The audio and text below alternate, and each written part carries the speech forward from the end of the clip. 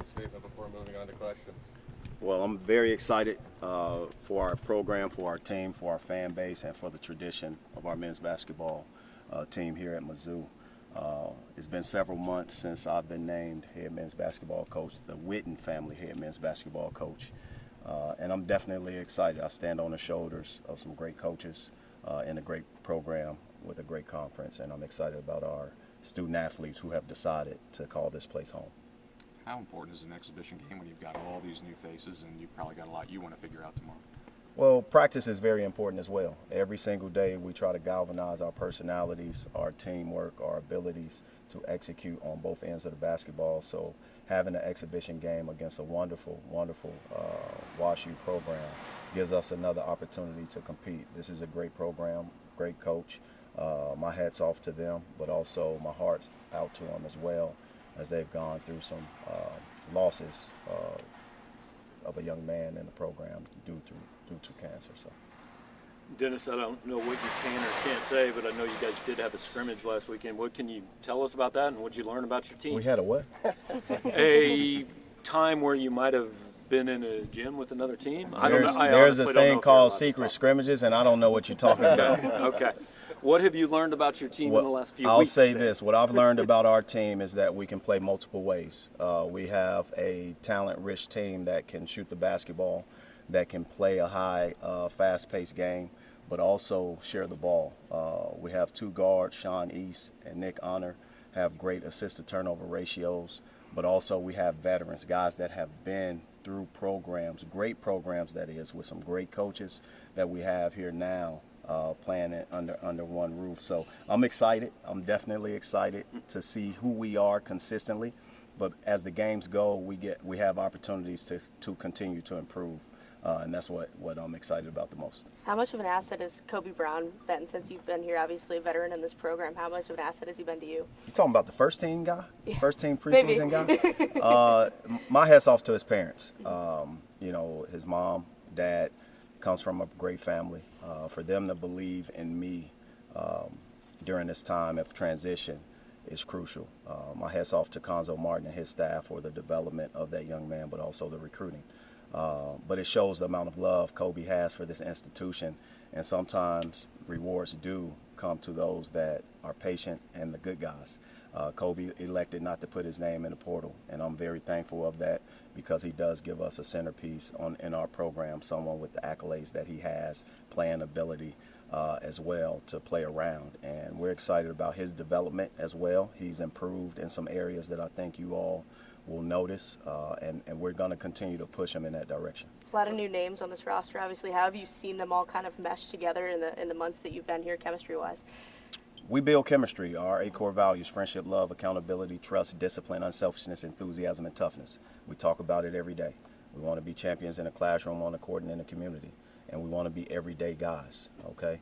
We talk about those things every single day, and we put our guys in situations where we're team building consistently, where we're facing adversity, and we're going to continue to do that. This is not going to be an easy season by any means of the imagination. We'll have to work for everything that we receive. And our conference, those names that came out, there's some great coaches that coach those players. And there's some great players that have been left off that list throughout our conference. So I'm excited about it, and I know you guys are too, but there's no doubt the tradition in this building will also help us get over the hump, and I hope November 7th we'll have a sold-out crowd. Dennis, Isaiah Mosley, hometown kid, what Yeah. kind of impact can he have here at Mizzou? Well, I think he does a great job. Obviously, we know what he's been able to achieve and accomplish. Isaiah Mosley is a good player.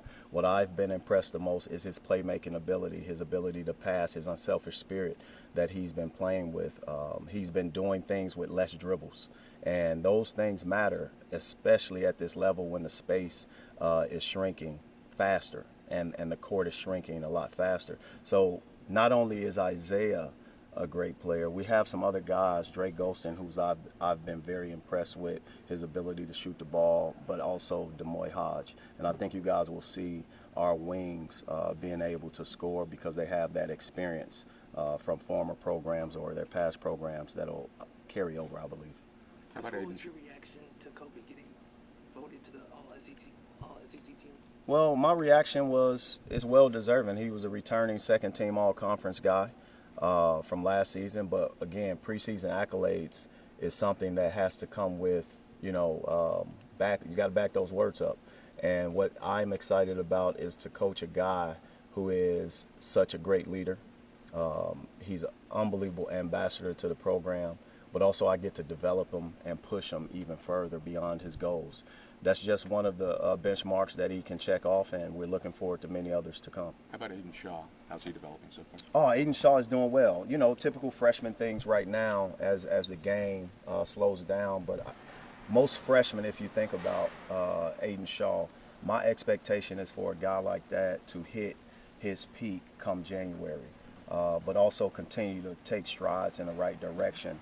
Now, he's a high-energy dude, unbelievable rebounder, great cutter, good catch and shoot.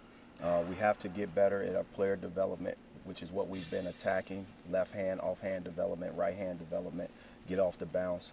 But I'm excited about his retention, his ability to get lost in the details, and his energy is contagious. You mentioned Nick and Sean. How is Nick helping Sean? I mean, they both got some experience with different kinds. They're helping each other.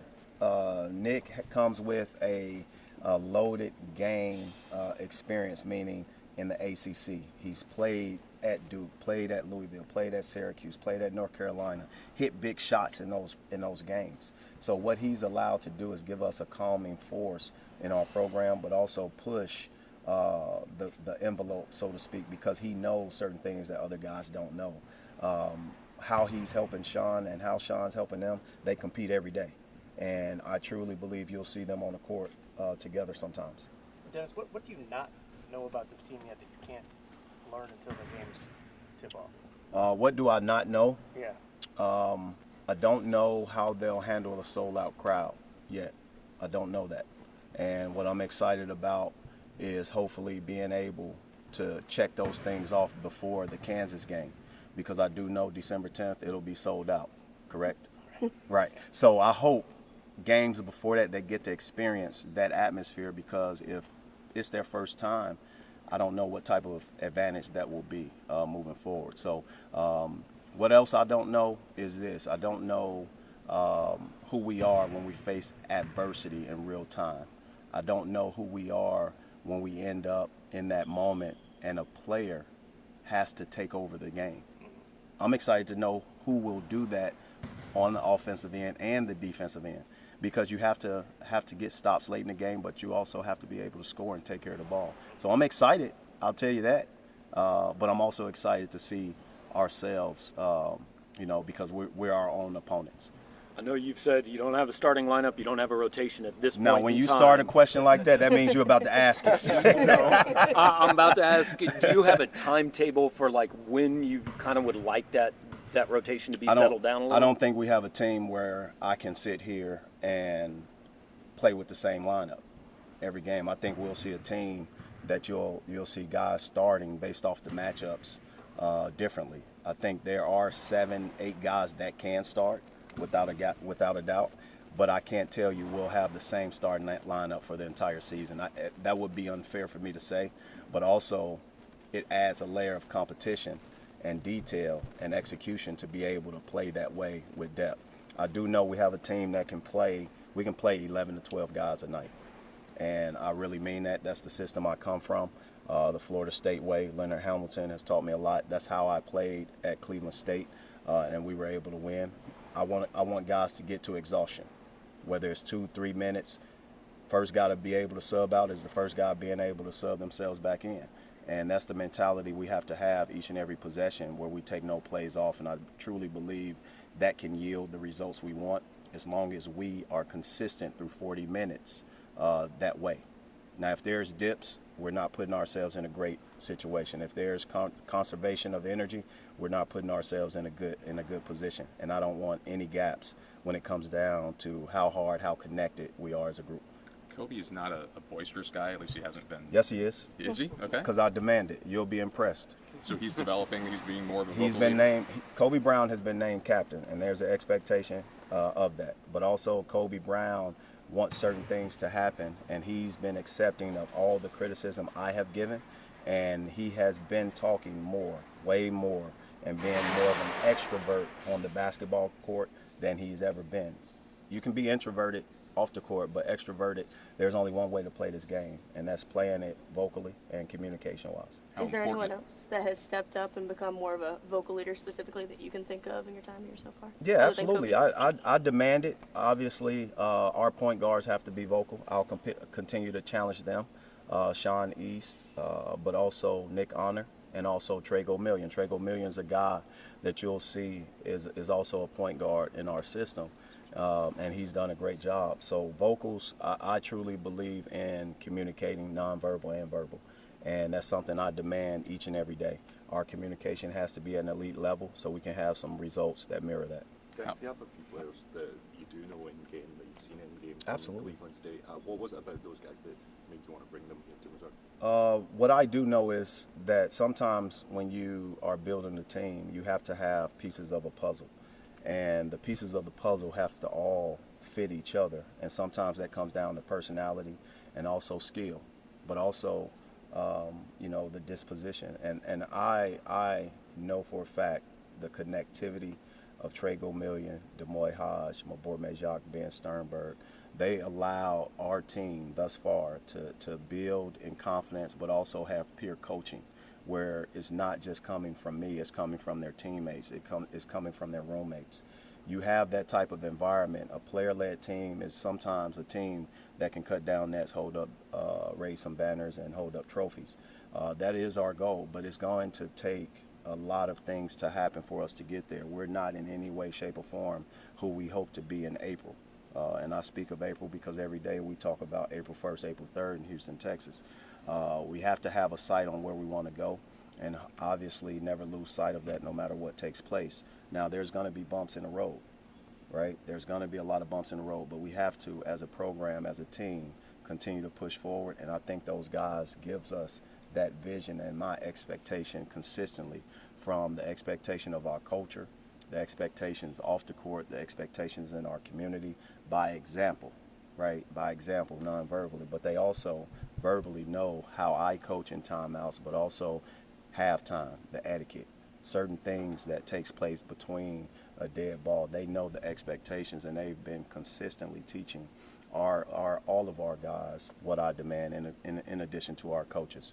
As a coach, as a head coach, I'll tell you this. The greatest growth of head coaches is learning from their teams, not also or always peer coaches. It's learning from your players, and our players consistently sharpen us, our blades, no different than we sharpen theirs. And when you have an environment like that, becoming everyday guys, everyday dudes, that requires constructive criticism, not just from player to coach, but coach to player, and coach to coach, and player to player. So there's a four-way dynamic that takes place, and I'm excited about the growth that has happened thus far. Dennis, what's been the most difficult part of building a team unit out of so many new faces? The most difficult? I don't look at things as being difficult. I'm sorry. That's just not a word that I even use in my program.